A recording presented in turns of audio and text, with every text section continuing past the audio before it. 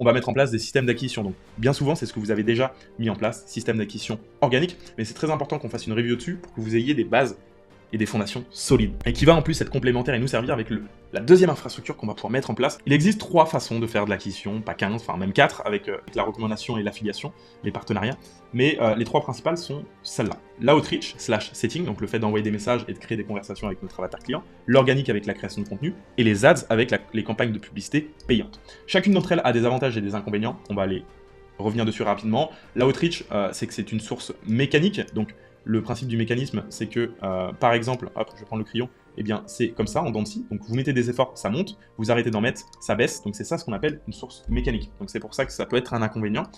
Coût en temps et rejet élevé, parce que oui, vous allez vous manger des portes devant le nez, oui, vous allez vous manger des refus, et c'est normal, ça fait partie du setting de l'outreach. Ça nécessite des compétences aussi un petit peu en communication, le fait d'avoir de l'empathie, savoir se mettre à la place de son avatar client, et peut-être aussi en copywriting, ce sont des choses qui sont intimement liées. Par contre, à contrario, les avantages de ça, c'est que vous n'avez pas besoin de capital de départ pour commencer. C'est idéal pour trouver ses premiers clients. Vous allez pouvoir mettre en place des ciblages précis, et des interactions qui vont être personnalisées. Ensuite, concernant la création de contenu, les inconvénients, ça peut être le temps et les efforts qui vont être élevés, surtout au début, et où vous pouvez avoir une croissance qui peut être lente, notamment voilà, quand vous commencez, et une dépendance aux algorithmes. Okay. Maintenant, les avantages de ça, c'est que ça renforce votre autorité et votre statut d'expert sur votre marché. Vous allez avoir un coût faible pour créer et déployer du contenu. Les prospects vont pouvoir venir à vous. Et il y a ce qu'on appelle le principe de nurturing, de réchauffer vos prospects, parce qu'ils passent du temps avec vous, à travers même du format court, du format long, etc.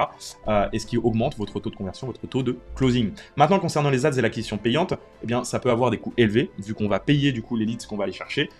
Vous pouvez avoir des risques de dépendance, des apprentissages qui demandent des compétences et qui peuvent être complexes, comme savoir créer un tunnel de vente, savoir gérer des campagnes publicitaires, etc. Et des tendances à l'usure. Par contre, les avantages avec ça, c'est que ça va permettre d'avoir une scalabilité, un ciblage qui est très précis, une rapidité d'exécution et de testing, et le contrôle de vos dépenses.